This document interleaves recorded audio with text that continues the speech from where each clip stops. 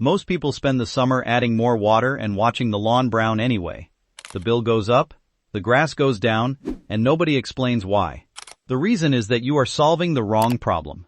Summer browning in the typical American or Canadian yard is not about how much water goes into the ground. It is about what heat does to the grass plant itself, and water alone cannot fix that.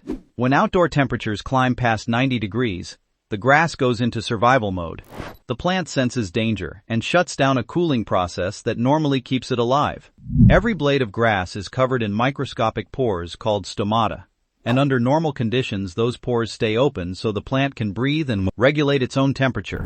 When the heat becomes extreme, the plant slams those pores shut to prevent water loss. That sounds like a good thing, but it creates a bigger problem. A blade of grass that cannot breathe cannot cool itself down, and a plant that cannot cool itself starts cooking from the inside out. Color drains from the blade. Growth stops. The grass pulls all of its remaining energy down into the crown and roots to survive, and everything above the soil turns tan, then brown, then brittle. Here is the part that changes everything. At that stage, the grass is not dead, it is dormant and protecting itself. But if nothing changes and the heat stress continues without any help, that dormancy crosses a line into actual tissue death. Patches do not recover. They stay bare heading into fall. The difference between a lawn that bounces back and one that needs reseeding comes down to whether you gave the plant what it needed before that line was crossed. And what it needed was not more water sitting in already moist soil. It needed help managing heat at the cellular level, stronger tissue that holds moisture better, a way to keep functioning when conditions turn brutal. That is exactly what this recipe delivers. If this kind of practical lawn advice is useful to you, hit the like button, share this with a neighbor whose yard needs it, and subscribe so you never miss the next one. 3 ingredients, each one targeting a specific weakness that summer heat exploits in your grass. Together, they protect the plant from the inside out rather than just wetting the surface and hoping for the best. The first ingredient is Epsom salt. 1 tablespoon per gallon of water. Epsom salt is magnesium sulfate, and magnesium is not optional for a healthy lawn. It sits at the center of every chlorophyll molecule in every blade of grass on your property, which means it is directly responsible for green color and photosynthesis. When a grass plant is heat-stressed and trying to survive, adequate magnesium helps it hold on to that green and keep producing energy, even when conditions are difficult. Magnesium also plays a role in how efficiently the plant moves water through its own tissue, which matters enormously during a heat wave when every drop of moisture counts. Extension programs at Texas A&M and Auburn University both recognize Epsom salt as a safe, water-soluble source of plant-available magnesium for turf applications. The second ingredient is liquid seaweed, also sold as liquid kelp. 2 ounces per gallon of water. A standard bottle from any garden center runs about $15 and covers most of a full season. This is the most important ingredient in the mix, and it is the one that almost no homeowner knows about. Cold water kelp species like Ascophyllum nodosum are packed with natural plant hormones called cytokinins. Decades of agricultural and turf science research have shown that these compounds help plants resist stress, delay chlorophyll breakdown under heat and drought conditions, and build stronger cell walls that hold water inside the plant tissue more effectively. This is the same material used by commercial agriculture and professional golf course managers to keep turf alive through conditions that would otherwise destroy it. It is completely safe around children, pets, and pollinators. The third ingredient is plain unflavored cornstarch. 1 teaspoon per gallon of water. This surprises people, but the reason is straightforward. Dissolved into the solution, cornstarch acts as a light moisture retention agent. Sprayed onto the blades and the soil surface, it helps the mixture cling and slows evaporation from the top layer of the ground during peak heat.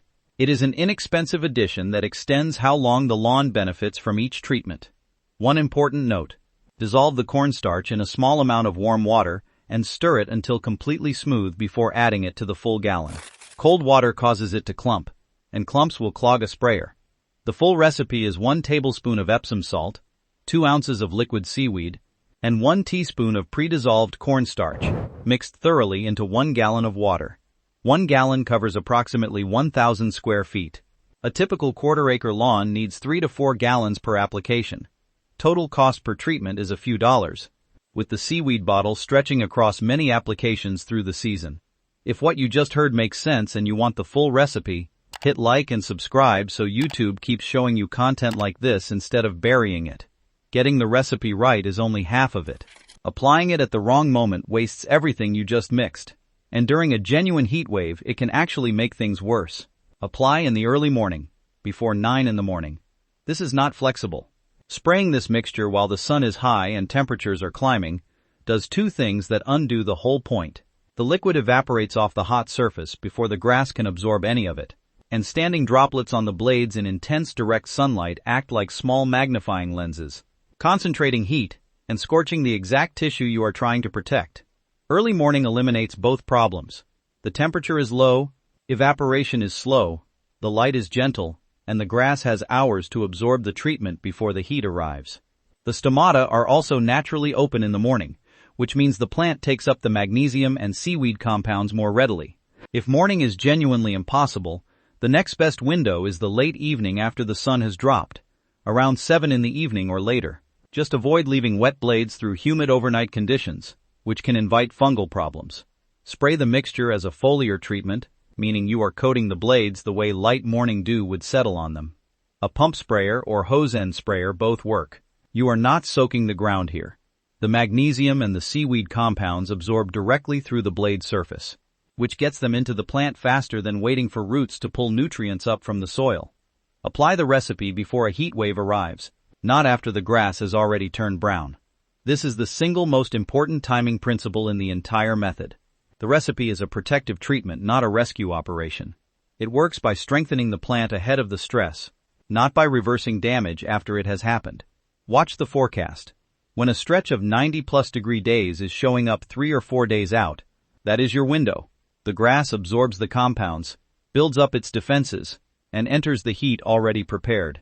Reapply every 2 weeks, through the hottest part of the season. The protective effect does not last indefinitely. Consistent reapplication through peak heat months keeps the lawn continuously reinforced.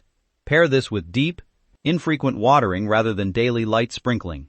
1 inch of water delivered once or twice a week pushes roots down into the cooler, moister layer of soil below the surface. The recipe protects the blades from above, while deep roots anchor the plant below.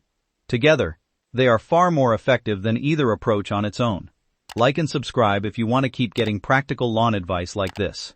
Most of it never makes it onto a product label because there is nothing to sell. There is one mistake that cancels out everything described so far, and it happens on the most ordinary-looking summer afternoon when someone decides to mow. The mistake is cutting the grass too short in hot weather. It feels logical. Short grass means fewer mowing sessions, and a freshly cut yard looks clean and tidy. So the mower deck goes down, the lawn gets scalped short, and within 48 hours on a hot day the entire yard is brown. What actually happened is that the blade of grass is not just the part you see. It is also the thing that shades the crown of the plant and the soil beneath it. The crown is the living base, where all new growth originates. Tall grass keeps that crown cool and keeps the surface soil shaded, moist, and protected from direct sun exposure. When that grass gets cut short in summer, bare soil heats up rapidly under direct sunlight. Surface roots dry out and die, and the crown gets cooked in the open air. The lawn browns within a day or two, sometimes within a single hot afternoon. The fix is free. Raise the mower deck in summer. For cool season grasses like tall fescue, ryegrass, and Kentucky bluegrass, keep the cutting height at 3.5 to 4 inches through the hot months. For warm season grasses like Bermuda, Zoysia, and St. Augustine, stay at the higher end of their normal range, around 3 inches. Never remove more than 1/3 of the total grass height in a single mowing session. Cutting deeper than that shocks the plant, and a shocked plant during a heat wave is one that browns within days. If the lawn got tall during a wet stretch, bring it back down gradually over 2 or 3 mowings spaced a few days apart. Leave the clippings on the lawn after mowing during summer months.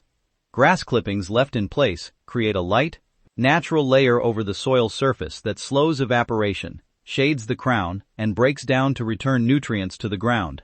All 3 of those effects directly support what the recipe is trying to accomplish. Bagging clippings in summer is throwing away free heat protection. Mow high, mow gradually, and leave what falls. Those 3 things combined with the recipe protect the lawn from both directions simultaneously. The recipe itself stays the same everywhere. What changes slightly is timing and frequency based on the type of grass growing in the yard, which mostly follows geographic lines across North America. Cool season grasses cover most of the northern United States and Canada. Tall fescue, ryegrass, and Kentucky bluegrass were all developed for moderate climates, and summer is genuinely their most difficult season. For these lawns, the recipe matters most and should start in late spring before the first serious heat arrives. Stay consistent with 2-week applications all the way through summer. These grasses also have a natural tendency to go slightly dormant during extreme heat, pulling color down and conserving energy. A mild tan tint in peak July or August is not necessarily failure for a cool season lawn. It is the plant protecting itself. The recipe helps minimize how deep that dormancy has to go and keeps recovery faster when cooler temperatures return in fall. Warm season grasses dominate the southern United States. Bermuda, zoysia, St. Augustine, and centipede grass all thrive in heat and handle it far better by design. The recipe still adds measurable protection during extended drought or extreme heat events, but these lawns are more forgiving overall. Apply during the most intense stretches and any dry period rather than on a strict 2-week schedule through the whole summer. The honest version of what this accomplishes is worth being clear about before you mix the first batch. Within a few days of the first application before a heat wave, the grass holds its color noticeably better than it would have under the same conditions without treatment. Through a full summer of consistent application, combined with proper mowing height and deep watering, the lawn stays green and functional through heat that turns unprotected yards brown and brittle. That result is real and it is repeatable. What it is not is some kind of transformation that makes grass look like a spring lawn in 100-degree weather. No product can honestly promise that, and anything claiming otherwise is misleading you. The honest promise is a lawn that outlasts the heat, stays out of dormancy longer, and avoids the kind of cumulative stress damage that shows up as dead patches heading into fall. A few dollars per application, a consistent schedule, and the mowing adjustments described above. That combination delivers a protected lawn through summer conditions that the neighbors who are still watering twice a day and wondering why nothing works cannot match. To bring it all together from the beginning, grass browns in summer because extreme heat forces the plant to shut down its own cooling system, not because the soil is dry. The recipe is 1 tablespoon of Epsom salt for magnesium and green color, 2 ounces of liquid seaweed for genuine cellular stress protection, and 1 teaspoon of pre-dissolved cornstarch to reduce surface evaporation, all mixed into 1 gallon of water. Apply it in the early morning as a foliar spray before a heat wave arrives, every 2 weeks through the hottest months. Pair it with deep, infrequent watering, mow high, never more than 1/3 off at a time, and leave the clippings. The single most common mistake that cancels all of it is dropping the mower deck in summer and scalping the lawn down short. Raise it, keep it tall, and protect the crown. A few dollars per treatment, less total water used, and a lawn that stays green while everything around it goes brown. That is what this method actually delivers. Drop a comment below and let us know what your lawn looks like right now and what state or province you are in. That changes the timing and the approach, and a more specific answer is easy to give. If this was useful, please like this video, share it with someone who needs it before the heat hits their yard, and subscribe to the channel so the next one reaches you in time.